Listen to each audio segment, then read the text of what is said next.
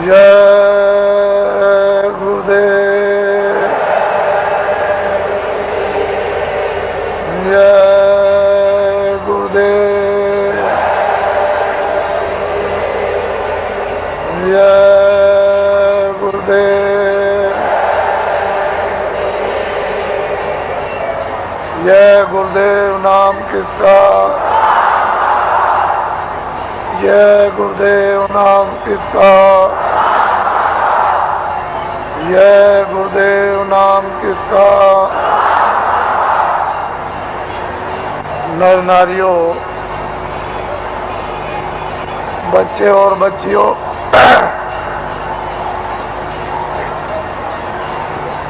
लोग अपने अपने गृहस्थ आश्रम में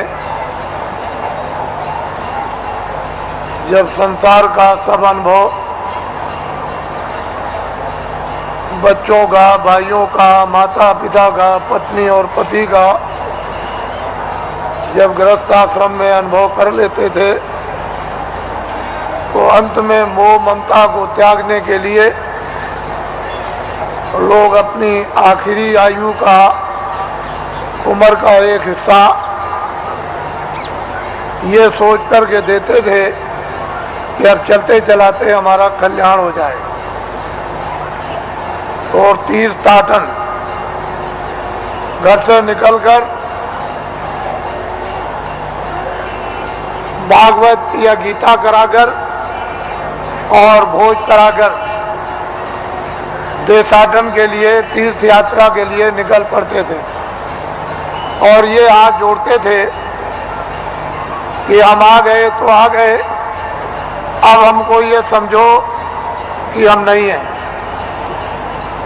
हमारा यदि समय पूरा हो जाए तो हम बीच में ही चले जाएंगे। इस तरह से लोग घर से निकलकर तीर्थों में, देवस्थान में, ऋषियों मुनियों महात्माओं के आश्रम में लोग आखिरी आयु में भ्रमण करते थे। ये आशा तोड़कर जाते थे कि अब हमको घर में वापस नहीं जाना, और रास्ते ही में उनका शरीर शांत हो जाता था। प्यार ने खाया, ऐसे ही पड़ा रह गया, गड्ढे में गिर गया, किसी ने फेंक दिया, ये कुछ नहीं। घर से निकल गए और चले गए। पहले सभी आश्रमों में ये नियम था। अब ये किया गया, अब ये बताया गया है कि गृहस्थाश्रम में रहो और आपको सच्चा सत्संग, सच्चे महात्मा का मिलना चाहिए, जिससे सत्संग और उसके वायुमंडल में अगर यदि शरीर शांत होता है तो अपने को वो परम सौभाग्यशाली ये समझे कि मेरी आत्मा का हो गया कल्याण। मैं जो कह रहा था कि अगले साल इसमें से कितने लोग यहाँ पर जो बैठ करके सुन रहे हैं वो अगले साल यहाँ नहीं आ सकेंगे, उनका समय पूरा हो जाएगा। इससे ये मालूम होता है कि आपका समय साल से कम रह गया, इसलिए दोबारा फिर ये आपको अवसर नहीं मिलेगा। न तो आप दर्शन दे सकते हो और ना आप दर्शन कर सकते हो और ना आप सत्संग सुन सकते हो, क्योंकि श्वासों की पूंजी समाप्त हो जाएगी और अनमोल मनुष्य शरीर किराए के मकान से जीवात्मा को विवश और लाचार होकर के निकलना पड़ेगा। तो आपने देखा होगा, आज सुबह लाइन में खड़े हुए पूजा के लिए, न कोई बीमार है, आराम से खड़े हैं और पूजा की प्रतीक्षा में है कि हम वहां तक पहुंच जाएं और प्रसाद ले लें, और बस उतने ही में जमीन पर बैठे और शरीर छूट गया, यानी जीवात्मा शरीर से निकाल दी गई।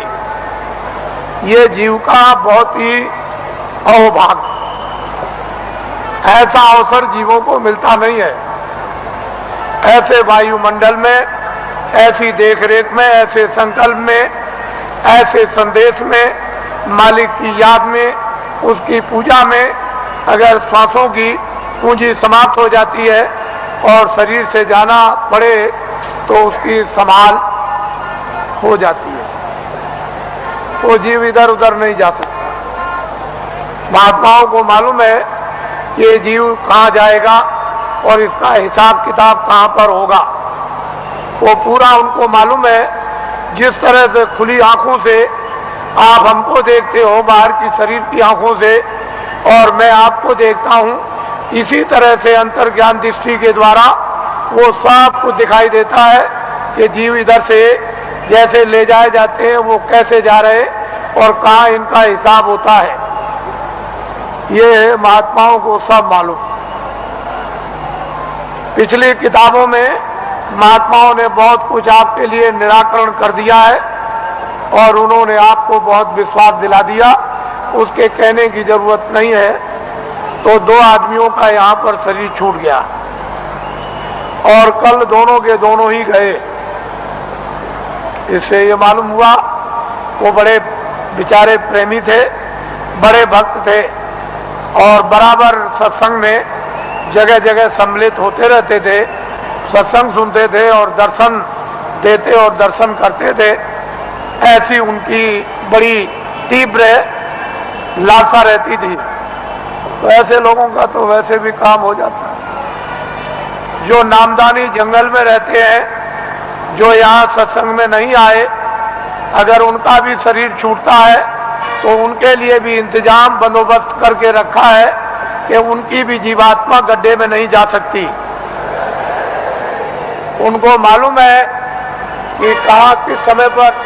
इसके माने ये नहीं है कि यहाँ सत्संग में बैठे हैं और आपका दर्शन कर रहे और दर्शन दे रहे और वो जंगल में जीव जो है वहां से चला गया, ऐसा नहीं। उन्होंने पहले ही से इंतजाम करके पूरा रखा है और उनको मालूम रहता है कि जीव यहाँ से नामदानी जा रहा, उसका इंतजाम कर दिया। उसके कर्मानुसार, उसकी साधना अनुसार फिर तुरंत शीघ्र देर कुछ नहीं लगती, मिनटों का भी काम नहीं, और उसको ये फिर मनुष्य जन्म दिलवा दिया जाता और ऐसे वायुमंडल में जन्म मिलता है जहाँ आस पास में सत्संगी यानी प्रेमी सत्संगने स्त्री और पुरुष रहे और जैसे ही वो बच्चा बड़ा होता है फिर नामदान प्राप्त कर लेता है और वहां से साधना फिर शुरू कर देता है। यदि बीच में फिर उसकी साधना अधूरी रह जाए और फिर वो अपना शरीर छोड़ दे तो फिर उसकी संभाल हो जाएगी और ऐसी जगह पर उसको जल में दिलवा दिया जाएगा कि फौरन सत्संग में फिर आकर और नामदान को प्राप्त कर लेगा और जहां से साधना छूटी है फिर शुरू कर देगा। वहां तक के लिए उसको कोई मुश्किल नहीं पड़ेगी। वो आनंद फानंद एकदम तत्क्षण बताते ही उसका काम होगा और आगे उसके लिए थोड़ी मेहनत करनी है। इस तरह से जीवों की नामदान देने के बाद संभाल हर तरह से होती रहती है, बशर्ते यह है कि आप कोई बुरा काम न करें, किसी का आप कत्ल न करें, हिंसा न करें, कोई चोरी न करें, डकैती न करें, अमानवीय काम न करें। जहां तक हो जाए तहां तक सूझ समझ से इन सब चीजों से बचे रहे और जो गंदगी आपके पास में जमा है वो जल्दी से उसको उतार दिया जाएगा। लेकिन जब आप गलती कर लोगे और तुम ये नहीं समझोगे कि मालिक देख रहा और जितने नामदान दिया है वो देख रहा, तुम उसको और मालिक को अंधा समझोगे तो वो कर्म जमा हो जाएगा और उसकी आपको सजा मिल जाएगी। फिर आप रोओगे, चिल्लाओगे। हर तरह से यानी जीवों की संभाल होती है। ये बहुत ऊंचा संदेश और ऊंचा विज्ञान है। ये छोटी मोटी चीज नहीं है।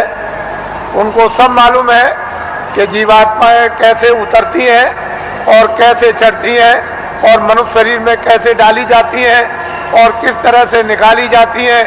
फिर ये किन किन योनियों में इनके जाने का हिसाब होता है और उनके तार यानी उनकी डोरियां किस किस तरह की हैं और कौन कौन सी डोरी किस किस योनि में, 84 में या नरकों में या भिन्न भिन्न अलग अलग नरकों में, 4 खानों में, 84 लक्षयोनियों में, ये महात्माओं को सब जैसे आईने के सामने खड़े हो जाओ ऐसे दिखाई देता है। लेकिन अब ये जरूर है कि जब तुम्हारी आंख खराब हो गई तो आप ऐसा समझते हो कि सब अंधे हैं, किसी के आंख होगी ही नहीं, कोई दुनिया को देखता ही नहीं होगा। लेकिन जिसके आंख है वो तो कहता है सूरज है, चंद्रमा है, ये मकान दिखाई देता है, ये जमीन दिखाई देती है, पर सूर आदमी को क्या होगा, उसको क्या दिखाई देगा। इसलिए जगत अंधा हो गया है और बहरा हो गया, वो महात्माओं को पहचान नहीं पाता, समझ नहीं पाता, उसके पास समझने की बुद्धि नहीं और आंख अंधी हो गई तो कैसे पहचाने। कहीं अगर उसको हाथ में आंख हो गई होती, वो दिव्य नेत्र ज्ञान चक्षु खुल गया होता, तब तो उस नूर में उस प्रकाश में पहचान लेता। तो हिंदुओं और मुसलमानों और सिखों और ईसाइयों, ये जाति दौलत, ये जन्म जात की संपत्ति महात्मा फकीरों के पास सबकी है। जो भी इच्छा करे, हिंदू मुसलमान सिख ईसाई, वो महात्माओं के पास जाकर के इस दौलत को ले आए, इस संपत्ति को ले ले। ये सबकी है, किसी एक की नहीं है। और जो इसमें भाव भक्ति करेगा उसको ये दौलत मिल जाएगी। भक्ति नाम किसका है? आज्ञा का पालन, और कोई भक्ति नहीं। भक्ति नाम कोई तस्वीर देखने का नहीं। तुमने मंदिर में मूर्त देख ली तो इसका नाम भक्ति नहीं, या तुमने गाना गा लिया, कोई प्रार्थना कर ली, इसका नाम भक्ति नहीं। जो महापुरुष आदेश दे उसका तुम पालन प्यार से करो, इसको कहते हैं भक्ति। यह है भक्ति। हमने राम को नहीं देखा, हमने कृष्ण को नहीं देखा, हमने तुलसीदास को नहीं देखा, हमने मोहम्मद साहब को नहीं देखा, हमने ईसा मसीह को नहीं देखा, हमने पैगंबरों को नहीं देखा, हमने योगियों को नहीं देखा, ऋषि मुनियों को नहीं देखा, तो आप किसका पालन करोगे?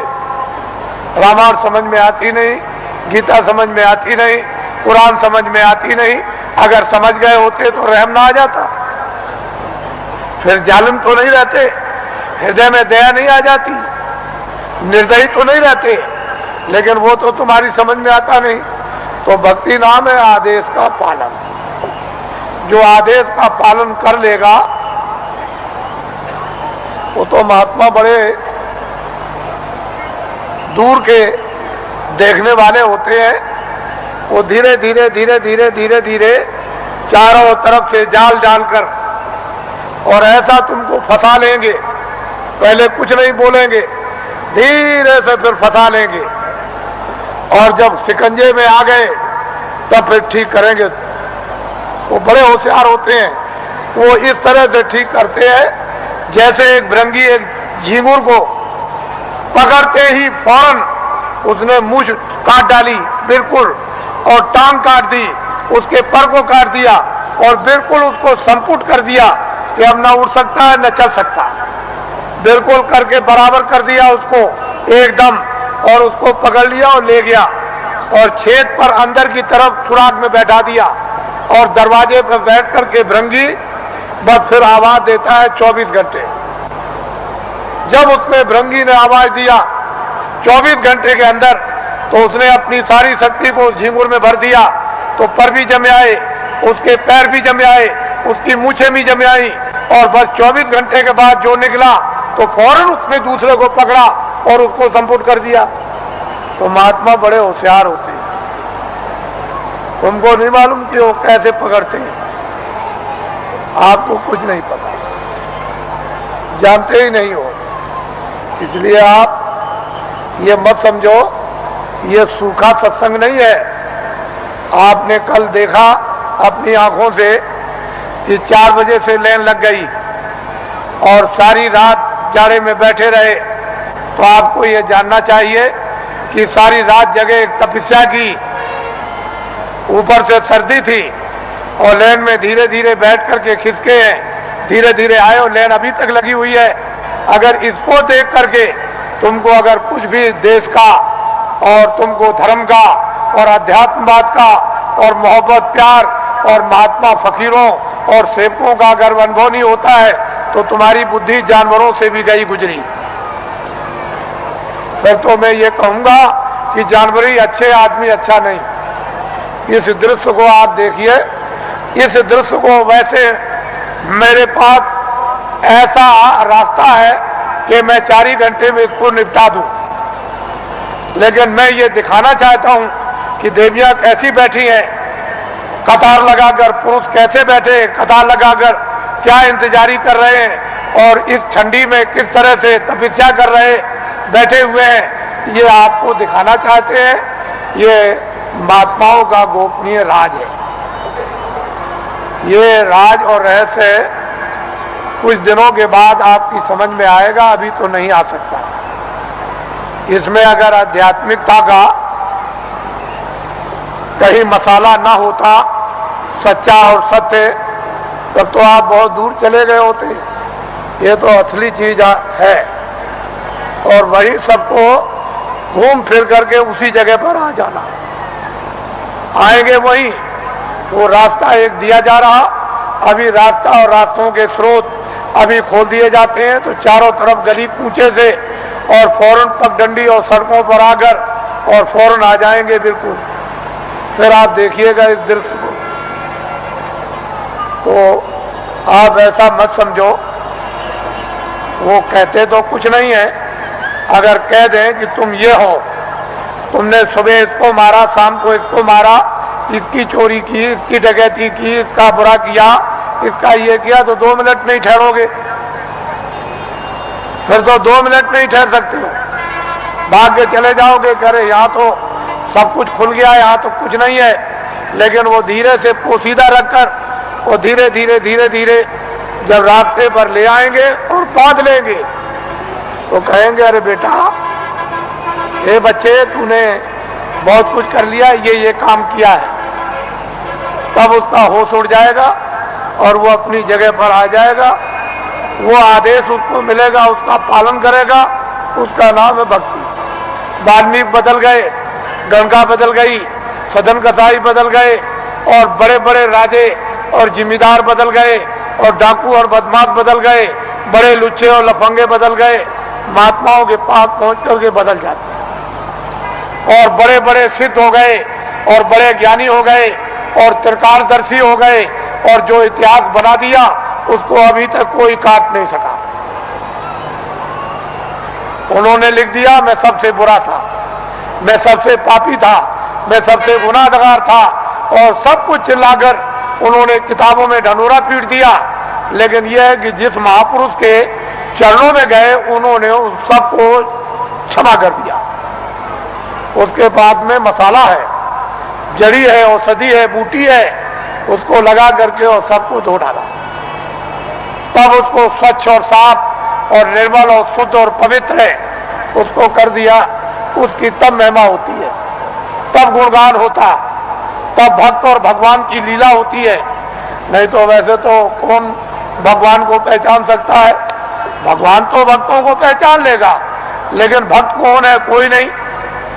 भक्त और भगवान का एक रस, एक रूप और एक भाव जब बन जाता है तब लीला होती है भक्त और भगवान की, स्वामी और सेवक की और मुर्शिद और मुरीद। तो मुसलमान जो मस्जिद में इबादत करते हैं उनके इबादत करने का तौर तरीका सही नहीं है, गलत है। इसलिए मुसलमानों की इबादत खुदा कबूल नहीं कर रहा। क्यों नहीं कर रहा? कि उन्होंने अपने दिल और दिमाग को पाक साफ नहीं रखा और गंदगी से मालिक इबादत को कबूल कभी कर नहीं सकता। इसलिए उनकी इबादत कबूल नहीं होती और वक्त उनका जाया हो रहा। और ये जिस्म जो आपको थोड़े वक्त के लिए दिया गया, वक्त पूरा होते ही जैसे ही पूरा हुआ, लेकिन उन्होंने कहा जिस्म हमने इबादत के लिए ही दिया है कि इबादत से तुम अपनी रूह को जगा लो और नजात में पहुंचा दो मौत के पहले। लेकिन आपने इसको समझा नहीं, वक्त पूरा हुआ और रूह को जिस्म से निकाल दिया। जिस तरह से हिंदू की जीवात्मा निकाली जाएगी, उसी तरह से मुसलमान की रूह निकाली जाएगी और फैसला दोनों का एक ही तख्त पर होता है, अलग अलग नहीं। वहां न कोई हिंदू है न वहां कोई मुसलमान, वहां तो जो भी तुमने अच्छे और बुरे जो काम किए वो वहां पर हैं और उसी का इंसाफ हो जाएगा। वहां किसी शहादत और गवाही की जरूरत नहीं। ये सब कुछ है महात्माओं को, महान आत्माओं को ये सब दिखाई देता है। इससे मालूम होता है कि वो कौन है हिसाब करने वाला और किस तरह से हिसाब करता है और किन लोगों को फिर मनुष्य शरीर नहीं मिलता और कब तक नहीं मिलता है, ये महापुरुषों को सब मालूम। अब आप लोगों से हमारी ये विनय और प्रार्थना है कि अब आप लोग अपना उम्र का जो थोड़ा बहुत बचा हुआ हिस्सा है, कुछ तो आप खेती दुकान दफ्तर में लगा दो, कुछ बच्चों की सेवा में लगा दो, कुछ मान सम्मान में लगा दो, कुछ सोने में। थोड़ा सा समय बचाओ इसी मनुष्य मंदिर में, जिस्मानी मस्जिद में, तो सच्चे खुदा की रूह से इबादत हो जाए और सच्चे भगवान का जीवात्मा से भजन हो जाए। तो ये जीवात्मा उस नूर को, यानी वो रूह नूर को वो पाले, यानी जीवात्मा उस प्रकाश को प्राप्त कर ले जो इसकी जान है, जिसके बगैर ये बेखबर और अकेली इस बियाबान अंधकार जंगल में ये मारी मारी फिरती है, उसका कोई सहारा देखभाल करने वाला नहीं। इतना काम तुम करोगे बचा हुआ थोड़ा समय, बाकी जो जो आदेश आपको मिलता जाए 23 घंटे के अंदर 1 घंटा तो आप रिजर्व कर लो कि 10 मिनट सुबह, 10 मिनट शाम को, 10 मिनट दोपहर में, 10 मिनट दोपहर बाद और 10 मिनट अर्ध रात बाद। इस तरह से 1 घंटा तो रिजर्व कर लो, बचा करके रख लो और 23 घंटे के लिए जितना जितना आदेश मिले, दफ्तर के लिए, दुकान के लिए और खेतों के लिए और बच्चों की सेवा के लिए, आए गए मेहमान के लिए और सोने के लिए और स्नान करने के लिए, अस्पताल में जाने के लिए, जितना आपको आदेश मिल जाए वो तो आप इसकी हिफाजत कर लो। इसमें बैठी हुई जीवात्मा उसकी भी हिफाजत कर लो। दोनों काम आपके लिए सुलभ हो जाएं, ये भी ठीक और जीवात्मा भी तुम्हारी जाग जाए। लेकिन इसी से जगेगी जब ये ठीक रहेगा, निरोगी रहेगा और स्वच्छ रहेगा और साफ रहेगा और पाक रहेगा, तो फिर जीवात्मा भी साफ हो जाएगी और निरोगी हो जाएगी। नहीं ये रोगी तो वो भी रोगी, ये गंदा तो वो भी गंदी, मन गंदा, बुद्धि गंदी, आंख गंदे, चित्त गंदा, तो जीवात्मा और अंतःकरण भी गंदा, तो फिर बीमारी कैसे जाएगी, ये रोग और कोड़ कैसे जाएगा। तो इसलिए आप थोड़ा रिजर्व करो अपने समय, फिर थोड़े ही समय के बाद जब नशा उतरने लगेगा तो अफीम का नशा कुछ नहीं, शराब का कुछ भी नशा नहीं, ये वो नशा है कि एक बार पी लो तो फिर कभी चढ़ी उतरती नहीं है। मेरे पास बहुत से लोग आते हैं और बड़े बड़े प्रलोभन दिए कि चलो आप ही को प्रधानमंत्री बना देंगे। अरे मैंने कि चलो, तुम एक प्रधानमंत्री नहीं, लाखों और करोड़ों, उसकी भी जरूरत नहीं है, वो तो कूड़ा कचरा है। प्रधानमंत्री का स्थान कूड़ा कचरा बदबूदार है, ये सब तुम्हारा कोई असर लगने वाला नहीं है, इसको छोड़ दो। धन और दौलत ये सब छाया है, ये वक्त से ये सब अलग थलग, और ये भी छाया, ये मैल है। देखते देखते मिट्टी का मिट्टी में, वायु का वायु में, अग्नि का अग्नि में और आकाश का आकाश में, ये सब का सब जल का जल में मिल जाएगा और कुछ भी पता नहीं चलेगा कि ये कहाँ चले गए। और जीवात्मा जिसके कारण ये चलता फिरता बोलता है, ये बादशाह कहलाता, सेठ साहूकार कहलाता, विद्वान कहलाता और बड़ा बहादुर और दानी कहलाता, वो तो निकल जाएगा, उसका भी पता नहीं। उसी के पते के लिए अनमोल मनुष्य शरीर आपको दिया गया, इसमें बैठकर उसका पता लगा लो और इन्हीं इंद्रियों के द्वारा तुम जो है उस छाया पर यानी कागज पर लिख मारो कि मैंने उसको देखा जिसका कभी नाश नहीं होता है, जो चलता फिरता बोलता नहीं, जिसके यहाँ कभी सुबह शाम नहीं होती है, जिसके यहाँ कभी रात्रि और दिन नहीं होता और सूरज और चांद कभी निकलता नहीं, वो एक रस रहने वाला। इसलिए आप थोड़ा समय बचाओ, ये हमारी विनती और प्रार्थना है।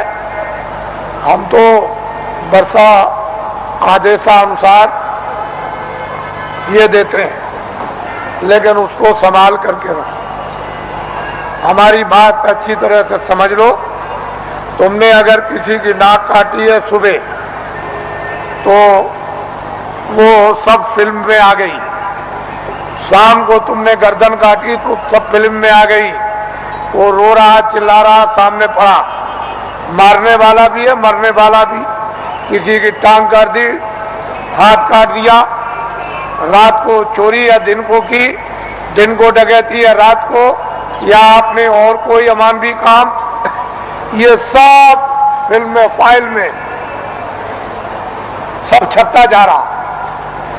और जब तक वो कुछ नहीं बोलेगा, जब तक आपका समय पूरा नहीं होता, और जैसे ही समय पूरा हुआ पूरी फाइल खुल जाएगी। तो आप वहां ये तो नहीं कह सकते हो कि मैंने नहीं मारा, मैंने नाक नहीं काटी हूं, तो सामने होगा और तुम भी सामने होगे और चाकू चलाते होगे, तुम वहां बंदूक चलाते होगे, लाठी चलाते होगे, तुम चोरी करते होगे, तुम डकैती डालते होगे, सब वहां पूरा का पूरा वो वहां तस्वीर है। तो आप क्या इनकार कर सकोगे? ये बदले देने पड़ेंगे। जब आपको ये अदले और बदले, तुमको दान के पुण्य के, किसी की सेवा करने के, सम्मान करने के, तुम आदर करोगे, तुम पानी पिलाओगे, खाना खिलाओगे, दवा दे दोगे और किसी मरीज बीमार की सेवा करोगे, ये सब वहां छप जाएगा। तो ये अदला और बदला। फिर वो तुमको मारेगा, फिर तुमको खिलाएगा, तुम्हारी इज्जत करेगा, तुम्हारी बेइज्जती करेगा, तुम्हारा मतलब यह है कि चोरी करेगा और तुम्हारी रक्षा करेगा। जो जिसके साथ जो काम करेगा उसको बदला देगा। इस अदले बदले से कोई चूक नहीं सकता। जब कृष्ण भगवान 56 करोड़ यदुवंशियों को समाप्त कर दिया, पलक के मारते में खून की नदी बह गई, तो जब जाने लगे प्रभात पाटल नदी के किनारे कि अब हम अंतर ध्यान हो जाएंगे, चले जाएंगे अपने गोलोक को, उसी समय एक बहेलिये ने उधर देखा तो उनके पैर में पद्म था। उसने सोचा कि हिरन पानी पी रहा, तो फौरन निशाना लगा करके उसमें मार दिया और उस बहेलिये को मालूम हो गया कि लग गया। वो फौरन दौड़ करके आया तो देखा कि वहां कृष्ण भगवान बैठ करा रहे हैं, बड़ी पीड़ा हो रही। तो उसने कहा, अरे भगवान ये क्या हो गया? मैंने तो सोचा था कि हिरन पानी पी रहा और यहाँ आप निकल आए, मैंने तो बड़ा अपराध किया। कह लगे, भाई तुमने कुछ नहीं किया, मैंने रामा अवतार में पेड़ की ओट में होकर के हमने बाली को मारा था और बाली बहेलिया बना। तो फिर वो द्वापर में कृष्णा अवतार में उसने अपना बदला ले लिया। जब ऐसी ऐसी शक्तियों से ये बदले नहीं चुक सकते हैं, उनको भी बदला देना पड़ेगा। तो तुम्हारे पास तो कोई शक्ति और ज्ञान नहीं, तुम कोई योगी तो हो नहीं, तुम तो मतलब यह है कि आज सिद्धि प्राप्त करने वाले तो हो नहीं, तो तुमको तो ये बदले देने ही पड़ेंगे। जब ऐसी ऐसी शक्तियों को देना पड़ा और किताबों में लिख दिया कि ये हमसे भी बदला नहीं चुक सकता, हमको भी देना होगा, लेकिन संत इस बदले को चुका देते हैं। उनके पास बदले के चुकाने का मसाला है, योगियों के पास नहीं है। सिद्धों के पास नहीं, ज्ञानियों के पास नहीं, तत्वदर्शियों के पास नहीं, संतों के पास में इसका मसाला है, इसको चुकाने का, और किसी के पास नहीं। तो आपको तो ये भेद मालूम है नहीं, फिर आपने तो कृष्ण को देखा नहीं कि आप जल्दी से कहोगे कि नहीं हम भी हैं। फिर जब आपने देखा नहीं तो पूजा किसकी कर रहे हो? अरे किताब में लिखा है कि तुम जाओ, अगर मुझको पाना चाहते हो, मेरा दर्शन करना चाहते हो, मेरे लोक में आना चाहते हो, तो जो मुझको पा चुके हैं तत्वदर्शी, जिन्होंने अपनी जीवात्मा को जगाकर और ज्ञान चक्षु द्वारा जिन्होंने मेरा साक्षात्कार किया है, तुम उनके पास चले जाओ, वो मेरा भेद बताएंगे और उनकी कृपा और मदद और सहायता से तब मेरे लोक में तुम आओगे। तो ये तो कोई मानने वाला है नहीं, तो बताओ फिर पूजा किसकी हो गई? तुमने खुद को अपने को धोखा दिया, खुद को भ्रम में रखा, खुद को अंधकार में रखा और खुद भटक गए। कौन बताएगा आपको? आपकी आत्मा की कौन रक्षा करेगा, कौन संभाल करेगा? माँ बाप कर नहीं सकते, धन दौलत कर नहीं सकता, राजा कर नहीं सकता है और लोग कर नहीं सकते हैं, तो इस आत्मा की रक्षा कौन करेगा? जो किताबों में लिखा हो आपकी समझ में आता नहीं। आप तो किसी महात्मा महान आत्मा को खोजते नहीं हो, और आपके पास भी चला जाए तो आप उसको पहचानते नहीं। इसलिए ये दिन ऐसे बुरे आए कि महान आत्माओं की बड़ी अवहेलना हुई, बड़ा तिरस्कार हुआ, बड़ी गाली गलौज, बड़ा उनका अपमान हुआ, बड़े शब्द भद्दे शब्दों से प्रयोग किया गया। लेकिन हमारा देश तो ऋषि मुनियों का, साधु संतों योगियों का देश है। फिर पीछे आपको अपनी जबान गंदी करोगे, मैली करोगे, पीछे पश्चाताप करना होगा। इसलिए सोच समझ के शब्द निकालो। तुम सब कुछ करते हो दुनिया में, लेकिन संतों महात्माओं के प्रति संभाल कर शब्द निकालो, ऐसे नहीं। तो इसलिए वो मनुष्य है जो अपनी जबान को संभाल करके रखते हैं और धीरज रखकर विवेक से काम लेते हैं, बुद्धि का उपयोग करते हैं। लेकिन बुद्धि ही नष्ट हो गई हो और बुद्धि पर पागलपन का असर आ गया हो, जहर फैल गया हो, तो बुद्धि बेचारी क्या करेगी? वो क्या समझेगी? भूत का, भविष्य का, वर्तमान का, योगियों का, महात्माओं का, आत्माओं का, ज्ञान का, विज्ञान का, उसकी समझ में क्या आएगा? तो इसलिए समुद्र भरा है आपके मनुष्य मंदिर में, और महात्मा ये सब कर्मों को चुका देते हैं। कहीं सेवा कराकर, पानी पिलाकर, कहीं दवा दिलवाकर, कहीं रोटी खिलवाकर, कहीं झाड़ू लगवाकर, कहीं रात बता करके रास्ते में खड़ा करके, कहीं बैठा कर सर्दी में, कभी गर्मी में, ये धीरे से यानी कर्मों को चुका देते हैं। उनके पास में रास्ते हैं चुकाने के, और अदला बदला जब चुका दिया तो वह छुट्टी पा गए। जब तक तुम अदले बदले नहीं दे सकते हो, तब तक कोई भी जीव काल के देश से, ये नरकों से 84 से कभी छुटकारा पा ही नहीं सकता। तो महात्माओं के यहाँ भाग भाग के रास्ते चुकाने के हैं, वो जरा से काम से चुका देते। उसको भी बुला लिया, उसको भी बुला लिया, मद्रास से भी बुला लिया, हिमाचल से भी बुला लिया, जंगल से भी बुला लिया, शहर से भी बुला लिया, हिंदू को भी बुला लिया, मुसलमान को और सिख को भी बुला लिया, और गरीब को भी बुला लिया, और अमीर को भी बुला लिया, और बुला करके बस एक दूसरे की सेवा करा देते हैं, सेवा दिलवा देते हैं और कर्मों को चुका देते हैं कि भाई अब कर्म चुक गया। तुमने नहीं सुना कि सेठ साहूकार जब कर्जा बांटते हैं और कर्जदार जब देने के लायक नहीं होता, तो अंत में सेठ साहूकार कहते हैं अच्छा जो तू दे सकता है मूल दे दे। तो कह लगे सेठ जी हम इतना दे सकते हैं, अब हमारे पास सामर्थ्य नहीं। क्या अच्छा ला दे दे, जा मैं अपने कागज से तुझको माफ करता हूं और ब्याज भी छोड़ देता हूं। तो छोड़ देता। तो ये ब्याज और कर्म कर्जा ये पहाड़ों की तरह से लदा हुआ है, ये बिना संतों के कोई माफ नहीं करेगा। इसको हमेशा इस बात के लिए जब थोड़े दिनों के बाद जब ये विद्या प्राप्त होगी लोगों को, तो स्वयं लोगों को अनुभव होने लगता है कि कर्म कर्जा बिना संतों के, मैं ब्याज के, ये चुक नहीं सकता। आप इसको जानते ही, मालूम है आपको, लेकिन बहुत सुलभ है, बहुत सरल है, बहुत सहज है। तो इसलिए ये स्थान है जो आपको कल और परसों बताए गए। इन स्थानों पर ईश्वर और ब्रह्म और पार ब्रह्म और महाकाल पुरुष बैठे हुए हैं। इन्होंने अपने देवी और देवताओं को अपने मतलब ये कारगुजार बड़े बड़े पदाधिकारियों को अपने अपने लोक में इन्होंने स्थापित कर रखा है और वो सब काम करते रहते हैं, जैसे ब्रह्मा विष्णु महादेव और पार्वती लक्ष्मी और सावित्री, और इन्होंने अपने अपने और लोगों को काम दे दिया और आद्या महाशक्ति ने इनको काम दे दिया और निरंजन भगवान ने एक आद्या महाशक्ति का लोक बनाया जिसमें इतना बड़ा लोक है कि मृत लोक से ज्यादा बड़ा स्वर्ग और स्वर्ग से ज्यादा बड़ा बैकुंठ और बैकुंठ से बहुत बड़ा शक्ति लोक। उस शक्ति लोक में स्त्रियां राज करती हैं। पुरुष स्वरूप का यानी पुरुष रूप का और पुरुष की शकल का नाम और निशान नहीं है, वह सारी की सारी स्त्रियों का राज उस मंडल में उसको कौन पार कर सकता है, किसकी सामर्थ्य है। उसके बाद निरंजन भगवान का जो धाम है वो तो मतलब है कितना बड़ा, तो कितना बड़ा।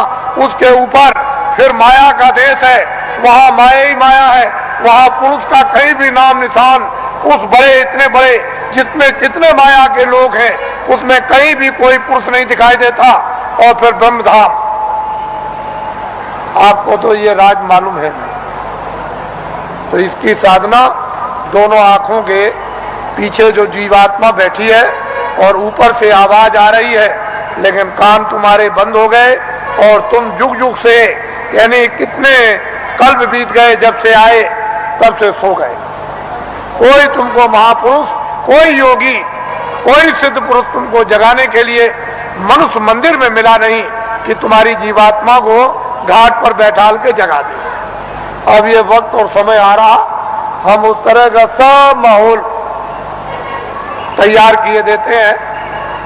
जब सब चीज तैयार हो जाएगी, खर पतवार जब तैयार हो जाएगा और वो गीला ना हो, सूख जाएगा, तो बस ऐसे माचिस लगाई तो वो 11 रुपये जब माचिस लगेगी तो भक पेट्रोल की तरह से भक आग लग जाएगी, तो जल भून करके तुम्हारे सब सांप भस्म। इसको कहते हैं 11 रुपये अग्नि। ये जब प्रज्वलित होगी तब देखिए आप क्या होता है।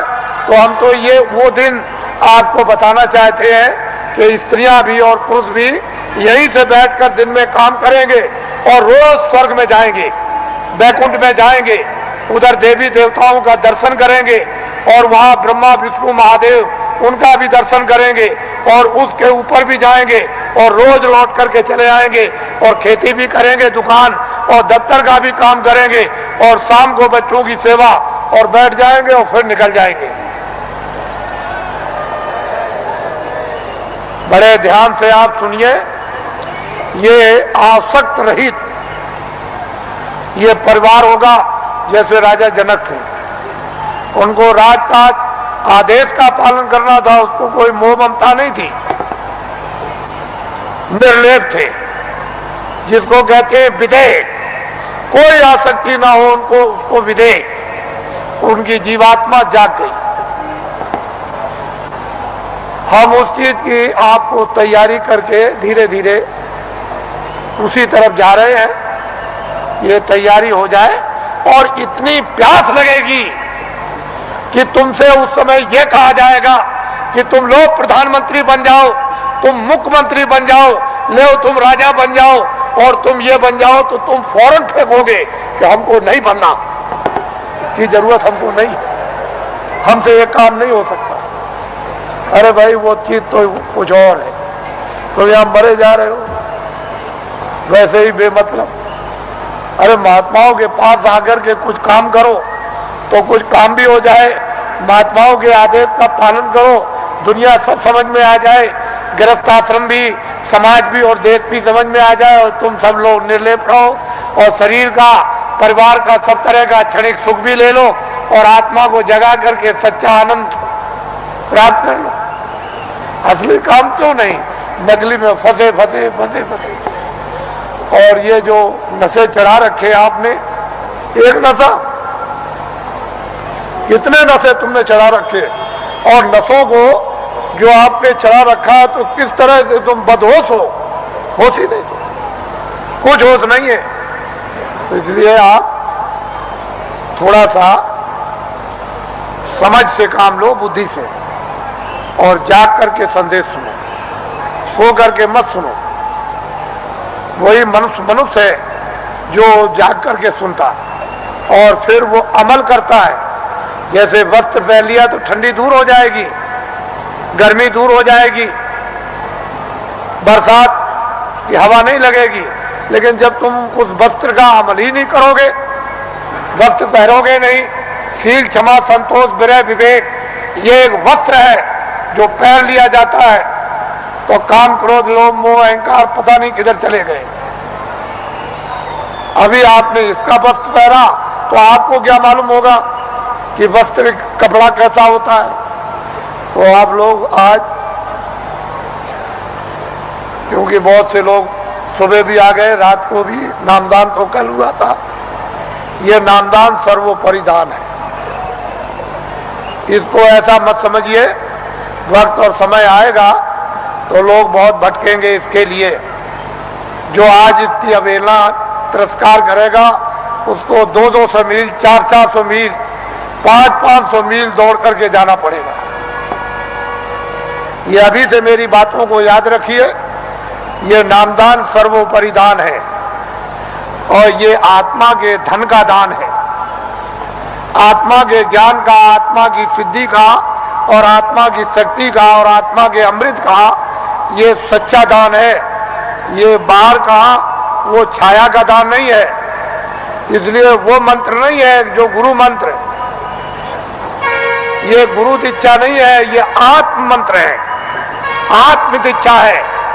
इसलिए इसको नामदान कहते हैं। आप लोग इसको सम्मान से ले लो और ये सबके काम आएगा। हिंदू मुसलमान सिख ईसाइयों के छोटे बड़े बच्चे और बच्चियों के ये अमूलक वस्तु है। ये हीरे जवाहरात से नहीं मिलेगी, चाहे जितना भी दुनिया में बांटो।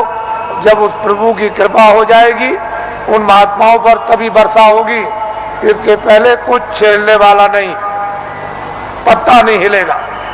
लेकिन जो दया उनकी हो गई कि इन आत्माओं को अवसर दे दो, इनको मौका दे दो, इन पर वर्षा कर दो और ये बीज डाल दो। जब वो ऋतु और समय आएगा तो जम जाएगा। महात्मा फकीरों की मेहनत व्यर्थ नहीं जाती। तो मैं आदेश का पालन कर रहा हूं और ये सर्वोपरि आत्मदान आपको दे रहा हूं, उसको आप सम्मान से ले लो। और 2 मिनट 4 मिनट 5 मिनट 1 मिनट आधे मिनट मनुष्य दरवाजे पर, मनुष्य आत्म दरवाजे पर बैठकर आप जिस तरह से बताया जाए उस तरह से आप भजन करो। यहीं पर अगर दरवाजे पर बैठ करके आपने भजन कर लिया तो रिद्धियों सिद्धियों का सबका भंडार उदय हो जाएगा। यहीं से सब चीजें मिलने लगेंगी। लेकिन दरवाजा नहीं मिला और वहां बैठ करके भजन नहीं किया तो कुछ मिलने वाला नहीं है। वैसे ही खाली आए हो, अज्ञान में आए और अंधकार में आए, रोते हुए आए।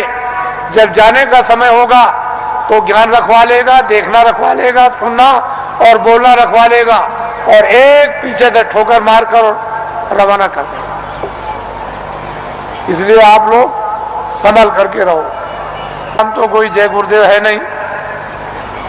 इस किराए के मकान का नाम आपका ही रखा हुआ, जो रखवाया होगा उस समय के पंडितों से, यह नाम तुलसीदास है। और जय गुरुदेव नाम उस परमात्मा का, ईश्वर का, भगवान का, उस सर्वशक्तिमान, उस ब्रह्म का, उस अल्लाह ताला यानी खुदा और गाड का नाम। ये किसी इंसान आदमी का नाम नहीं। तो जो नाम मैं भगवान का बोलूंगा सब लोग एक साथ बोलेंगे, आगे पीछे नहीं। जो नाम बोलता जाऊं सब लोग उच्चारण करना, जिससे हमको मालूम हो कि आप शुद्ध नाम का उच्चारण कर रहे हो। जब मैं बोल बंद हो जाऊं तो आप भी बंद हो जाना। बोलो जय गुरुदेव। और ये आत्माओं का गोपनीय यानी रूहों का ये छुपा हुआ राज ये खजाना है। ये जब तुम जरा सा रियाज और जरा कमाई करोगे, थोड़ी सी आप मेहनत अभ्यास और साधना करोगे तो जल्दी से ये प्रकट होने लगेगा।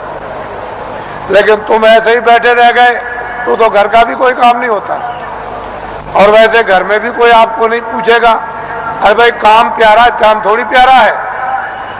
अरे भजन करोगे तब तो तुम प्यारे बनोगे, तब तो तुम्हारी जीवात्मा इस अंधकार से, इस जड़ता से निकलेगी। लेकिन भजन नहीं करोगे तो कौन किसको प्यारा? पति स्त्री को जवाब देता है, स्त्री पति को जवाब देती है, माँ बाप बच्चे को जवाब देते हैं, चाम नहीं प्यारा काम प्यारा। अरे बातें प्यारी नहीं है, साधना और भजन और प्यारा है। तो इसलिए थोड़ा तुम भी मेहनत करो, हम भी करो, दोनों की मेहनत से ये हो जाएगा, काम पूरा हो जाएगा। आज गुरु महाराज का ये उनका पुण्य, जो संकल्प यहाँ छोड़ गए हैं, जो आशीर्वाद और आदेश जो दे गए हैं, ये सब उनकी चीज है। हमारे पास कुछ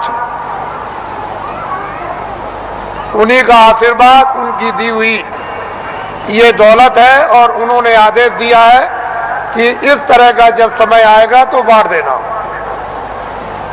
वो आपको मिलेगी। उनकी ये स्मृति है, यादगार, कि ये खजाना महापुरुषों ने बांटने के लिए दिया है, ये उनकी यादगार।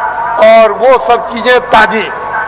गुरु महाराज बड़े सादे थे, बड़े सीधे थे, बहुत सादगी थी, बड़े सीधे थे, बड़े भोले थे, लेकिन जानते सब कुछ थे, कोई चीज उनसे छुपी नहीं, सब कुछ जानते थे।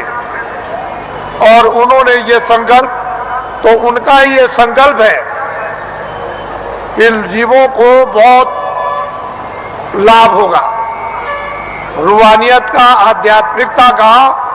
आगे सब लोग तैयारी करो, भंडार खुलेगा और सब लोग उस भंडार में प्रवेश होंगे और असली खजाने की लूट होगी।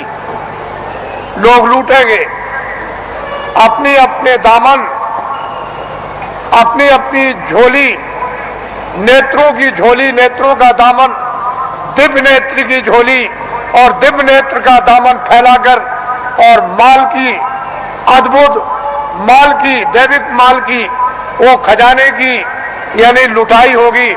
और हीरे जवाहरात ये उस लुटाई के सामने कुछ नहीं है। वो चेतन हीरे, वो अमृत के हीरे ऐसे बरसेंगे जिसको ये सब के सब इस मनुष्य रूपी मंदिर में अपनी आंखों से वो लुटाई होगी कि जो वर्णन में नहीं आएगी। आपको क्या मालूम है कि आकाश से क्या वर्षा हो रही है?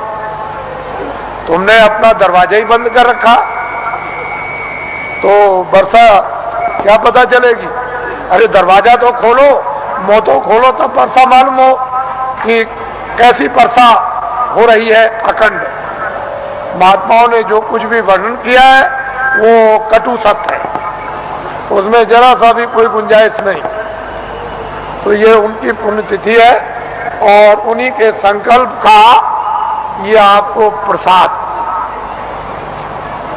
वो तो देने का एक आधार तो चाहिए, तो कोई आधार आपको, जो आधार है वो आपको दिया जाता है कि इसको आप संभाल करके ले जाएंगे। हो सकता है कि साल भर आपको अवसर न मिले, तो इसको आप प्रसाद को संभाल करके रखेंगे और जरूरत पड़ने पर आप इससे काम लेंगे। अपनी व्याधियों में, परेशानियों में कभी कभी ऐसा भी होता है कि हे मालिक, हमको कुछ नहीं चाहिए, जितने दुख हमारे कर्मों के हों वो जल्दी से जल्दी हमको दे दीजिए, लेकिन प्रार्थना यह है कि बर्दाश्त जरूर दीजिएगा और हमको आत्मधन लुटा दीजिए। तो इसलिए भी आत्मधन की लूट के लिए भी प्रसाद खाते हैं, ये तो मुख्य चीज है। लेकिन कभी कभी तरह तरह के कष्ट, तरह तरह की परेशानियां, तरह तरह की हैरानियां परिवार में, बीमारियां परिवार में, बच्चों में, और बच्चियों में, पत्नी में और पति में, भाइयों में, माँ में, पिता में, अड़ोसी में, पड़ोसी में, जात में, बिरदारी में, समाज में, दफ्तरों में और राज में और इसमें और उसमें, ये तरह तरह की जो बीमारियां, जो रोग लग गए हैं, उनके लिए भी लाभदायक। लेकिन यह है कि अनुचित उपयोग करोगे तो लाभ नहीं होगा, उचित उपयोग करोगे तो लाभ हो जाएगा। अनुचित क्या उपयोग है कि मैं ये प्रसाद खाता हूं, आज मैं रात को डकैती डालूंगा, मुझे 1 लाख रुपया मिलना चाहिए, ये अनुचित, इससे लाभ नहीं होगा। तुम इसको खा करके डकैती डालोगे, चोरी करोगे, मौके पर पकड़े जाओगे और फिर कर्मचारी अधिकारी पकड़ेंगे तो वो डंडे मारेंगे, कचहरी पहुंचा देंगे, तुम्हारी सजा हो जाएगी। तो अनुचित प्रसाद का उपयोग मत करो, उचित करो। और मेरी चोरी छूट जाए, मेरी डकैती छूट जाए, झूठ छूट जाए, छल कपट छूट जाए, बदमाशी छूट जाए और मुझसे ये छूट जाए और ये बुराई छूट जाए और मुझ में अच्छाई आ जाए, और जब उचित उपयोग करोगे कि मेरी बीमारी चली जाए या मुझे बीमारी में आराम हो जाए, तो इसमें लाभकारी होगा, फायदा। ये इसलिए बातें आपको बताए देता हूं कि आप श्रद्धा से, आस्था से आपने रात को तपस्या की है ठंडी में। हम भी देख रहे हैं, हम कोई ऐसा थोड़ी है कि नहीं। आपको क्या मालूम कि रात को मैं कैसे घूम रहा था, किसी को नहीं पता कि मैं कैसे निकल के, किसी ने नहीं पहचान पाया, कोई भी सड़क पर पहचानने वाला नहीं मिला। तो आपको तो ये जानना चाहिए कि मतलब ये है कि मैं देखता हूँ, ऐसा थोड़ी है कि मतलब मैं अंदर घुस गया तो मैं देखूं और समझूं नहीं उसको। तो ये सब मैं देखता हूँ कि आप अंगों से तपस्या कर रहे हो और तपस्या का फल आपको मिलेगा। ठीक है, आपने शरीर से गुनाह किए हैं, बुरे काम किए, पाप किए हैं, आपने, ये ठीक है कि आपके ऊपर जमा है, लेकिन तपस्या अपनी जगह। वो तो धीरे धीरे धीरे धीरे जिसका ढेर ज्यादा हो जाएगा और फिर एक दूसरे में मिलने लगेगा, तो मिलकर के एक दूसरा अच्छा और खराब खून शोधन करके और खराबी को निकाल देता। वो तो अपने तरीका है। लेकिन यह है कि तपस्या तो तपस्या ही है। तो आपको मैं और कुछ नहीं कहूंगा, क्योंकि ये गुरु महाराज की ये विशेष कृपा और दया यादगार दिन है। आज मैं आपके सामने नामदानी देकर इसको समाप्त करूंगा। ये लोग जो अभी प्रसाद ले रहे हैं वो उसी तरह से, यानी प्रसाद को ले लें, अच्छा रहेगा और वो उनके लिए जरूरी है। ठीक है, आप इधर आओगे तो ठीक है, लेकिन वो भी संकल्प ही किया, यानी दया मांगी हुई है। तो जब दया मांगी हुई है और वो एक आपके लिए सुलभ है, तो आप क्यों इधर उधर यानी हाथ पैर पीठ पटकते हो? जो चीज मिल रही उसको तो पहले ले लो, और कुछ मिल जाएगी वो भी ले लेना। अरे भाई, इसके माने ये थोड़ी है कि अगर कोई 10 दे तो 10 भी ले लो, और कोई ये दे दे तो और भी ले लो, कोई एक दवा दे दे तो वो ले लो, और कोई उससे भी अच्छी दे दे उसको भी ले लो। तो ऐसा क्यों कि बस हम नहीं लेंगे? अरे रोग तो रोग ही है, बीमारी तो बीमारी, भूल भटक तो गुरुदेव।